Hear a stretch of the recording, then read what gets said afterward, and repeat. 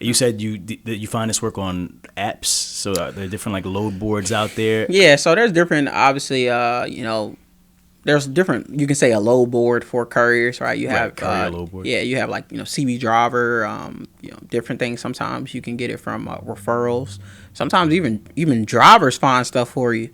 Sometimes, and that's and that has happened to us too. We've literally had it where we were working with a company that's out in Florida, and I believe it's in Tampa. That's where they're kind of based out of, and they were just basically having their own company drivers deliver all of their stuff for them. And, they were a company at that time, their profit margins were very, very, very slim.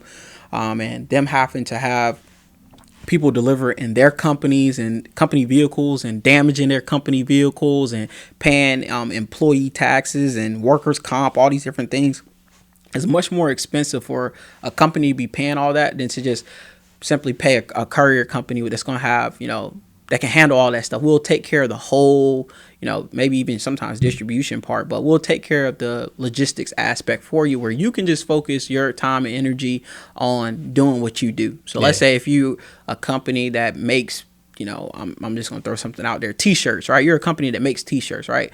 You really don't really know too much about logistics and transportation, right? So you going out and purchasing a bunch of, straight trucks or even cargo vans to maybe deliver to your retailers or your customers directly, right? It's much easier for you to just call this logistics company and let them take care of all of that for you, right? Let us take care of that, and it saves you. You don't have to continue to buy a bunch of vehicles. You don't got to worry about the maintenance and everything of these vehicles, or drivers damaging these vehicles, insurance claims, and different things like that. It makes your process a lot easier.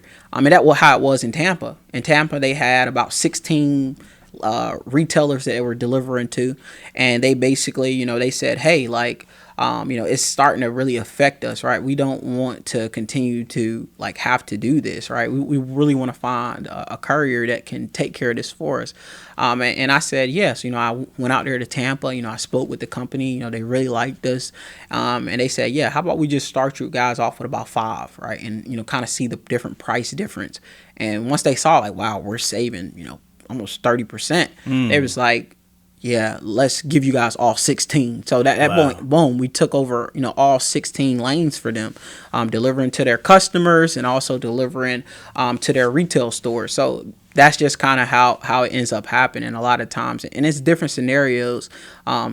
It's different scenarios depending on the customer. Yeah. With the Tampa project, did you present that to them, or did they just work with you for one situation, and then they were like, hey, I like what you guys did, maybe we could do some more? How'd that happen? Yeah, so it's obviously it was a scenario where currently one of our drivers basically knew one of the people that were working in their operations for their logistics department or whatever, and we basically just set up a call, and I kind of talked to him a little bit, and I was telling him, I was like, you guys can save a lot more money by just kind of outsourcing the work. Right, just outsourcing it to us. Right. It saves you. And I kind of went over different examples for them. He was like, yeah, I got to talk about it, with the owner and everything.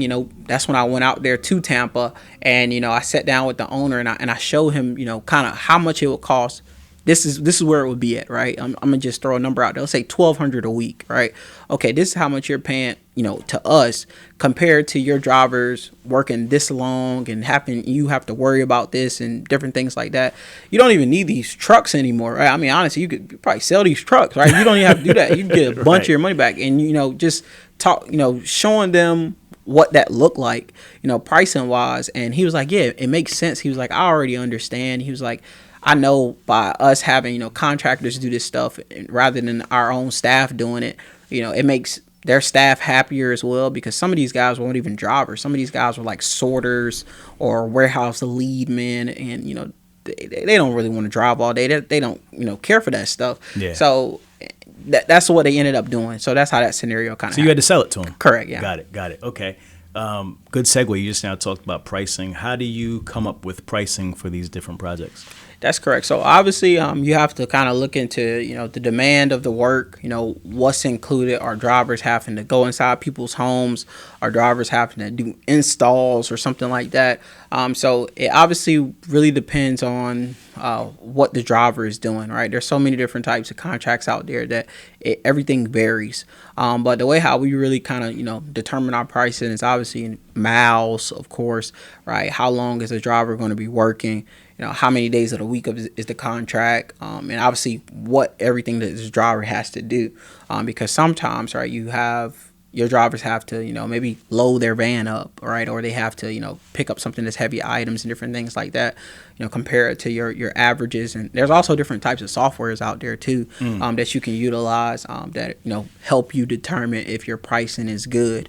And so we use a plethora, all those types of methods, as well as, we actually have somebody named Flory, who that's literally her job, to, make sure that the pricing is correct. Okay. And how long typically are these contracts? Are they like a year, or what does that look like? Most of these contracts, sometimes they can be, a year-to-year contract. Sometimes 2-year contracts is typically kind of the ones that we have. Do we have some contracts that are month to month? We do. Now those contracts, and I like to kind of specify on that. Yeah. The contracts that are month to month for us is because they're based off of performance. So a company may say, hey, it's going to be month to month because, hey, if you guys cannot meet this performance metric, we have to replace you. Yeah. Right. So there are some contracts that are month to month, but typically the contracts, when I'm evaluating a customer that we're going to work with, the things that I look for is longevity, and obviously scalability, right? Those two things are the main things that we're looking at. So if we can scale with you, and I know this contract is long term, let's say if we're delivering pharmaceuticals to a hospital, people are going to need pharmaceuticals to a hospital forever, right? So that's something that I know is going to be around compared to, maybe something that's like, delivering roses on Valentine's Day or something like that, right? Right. It's not going to be something that's going to be around forever. So that's kind of the contracts that we take on. We're probably not the company for you to deliver something just for Valentine's Day or just the month of February. That's not something that we will take on. So you wouldn't do it. You wouldn't think that it's worth like putting the resources there because it's not going to be long term. Yeah, it's just not for what we're trying to build and what we're trying to kind of head towards. Yeah. Yeah. All right. With what was the question I had? I had a follow-up question for you. I'll get back to it. Okay. All right. Talking about scaling, you said you have how many terminals across the country? 17 terminals. 17 terminals. What does a terminal look like, and how do you figure out where you want to put your terminals in terms of geographic location? So that kind of pivots back to what we were talking about using. I'll use probably our one that's in New Mexico. Once we find a contract and we start working, we start doing that stacking the work process, right? Stacking the own demands and different things like that. And once you do that, you can start to help out other customers in that area. There are sometimes people who need help with warehousing, or I'll just use a scenario that we're recently looking into. Right, there is a customer that we're about to take on, a new customer, and they don't have any warehouses across the country. They don't have any warehouses, but they operate in some of the same areas that we operate in.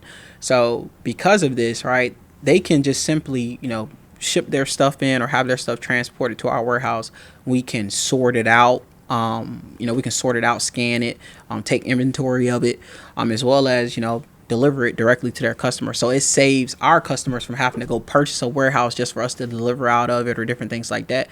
Again, it makes us more accessible. It makes us more, have that opportunity to be in that number one pick of a customer, because it's like, okay, and like I said, I'm gonna use FedEx and UPS here, for example, right? FedEx and UPS, they obviously have to, take into account, okay, we have these amount of workers, we have our warehouse costs, okay, we got to store this stuff, right? That's going to affect their pricing. Let's say if they charging you maybe, let's say $10 a box, right? They may charge you $10 a box, but a company that has a better business model, or a smaller company potentially, can also charge you a better rate, because you have, they may have a smaller facility that can still get the job done, but they also, they have, they just have the main components rather than all these middle managers and all these other stuff that has to be, taken into account in their pricing. If you twisted, confused, or stuck about trucks, don't be dumb. This is the place to come. Truck and Hustle. Let's go.